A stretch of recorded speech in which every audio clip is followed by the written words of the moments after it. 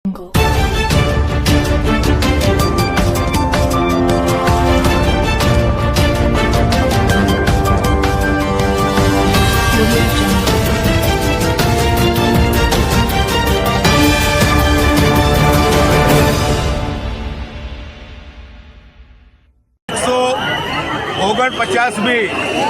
ભગવાન શ્રી જગન્નાથજીની રથયાત્રાના પાવન પ્રસંગે અત્રે જગન્નાથ મંદિરના ટ્રસ્ટી વિનુભાઈ અને એના તમામ સાથીઓ જ્યારે અહીંયા આવ્યા છે તો અમે શાહપુર વેપારી એસોસિએશન, શાહપુરના આગેવાનો, શાહપુરના રાજકીય અને સામાજિક આગેવાનો વતી એમનું સાર ઓડાડી અને ફૂલાથી એમનું સન્માન કરીએ છીએ. અને અમે એક જ મેસેજ આપવા માંગીએ છીએ કે જે એકતા અને ભાઈચારાથી રથયાત્રા સમગ્ર રૂટ પરથી પસાર થઈ રહી છે એ જોઈને બહુ આનંદથી દિલ જે મન છે જે પ્રફુલ્લિત થાય છે. આજના દિવસે ઈશ્વર અલ્લાહ અને ભગવાનની એક જ પ્રાર્થના કે સમગ્ર ગુજરાત અને સમગ્ર દેશની અંદર જે રીતના અત્યારે પાણીની પરિસ્થિતિ ઉત્પન્ન થઈ છે તો આજના પવિત્ર દિવસે ઈશ્વર અલ્લાહને પ્રાર્થના કરીએ કે જોરદાર રહેમત અને બરકતવાળી વરસાદ થાય, મૂંગા પશુઓ,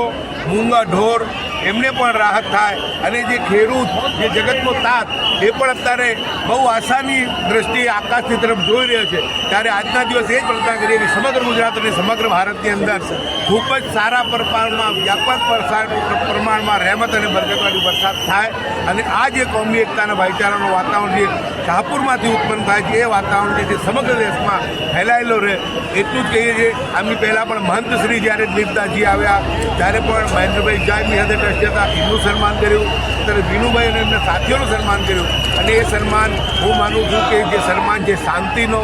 જે સદભાવનાનો, પ્રેમનો અને ભાઈચારાનો સન્માન છે. અને અહીંયાથી જે કબૂતર ઉડાડીને, શાલ ઉડાડીને, મોમેન્ટો આપીને ફુલાર જે કરવામાં આવે છે એક સંદેશ છે સમગ્ર ભારત દેશ માટે કે આજે સૌથી વધારે કોઈ જરૂર હોય તો આપણને માનવતાની, ઇન્સાનિયતની અને ભાઈચારાની જરૂર. યશુભાઈ, કેટલા વર્ષથી તમે સેવા આપો છો? આ લગભગ છેલ્લા 37 વર્ષથી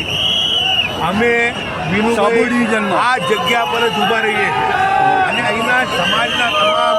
ધાર્મિક, રાજકીય, સામાજિક આગળ પક્ષાપક્ષીથી પર રહે. આમાં અમે કોઈ પક્ષ નથી રહેતો. અમે એક જ વસ્તુ જોઈએ છે કે બસ શાહપુરની શાન જે છે એ વધારો થાય અને ભગવાન જ્યારે નગર યાત્રાએ નીકળ્યા હોય એવું વાતાવરણ ઉત્પન્ન થાય કે જેનાથી દેશના લોકોને જોઈને એમને પણ એવું મન થાય કે ખરેખર એકતા અને ભાઈચારાનો માહોલ એ જે જગન્નાથજીની યાત્રા અમદાવાદમાં જોવા મળે છે એ વાતાવરણ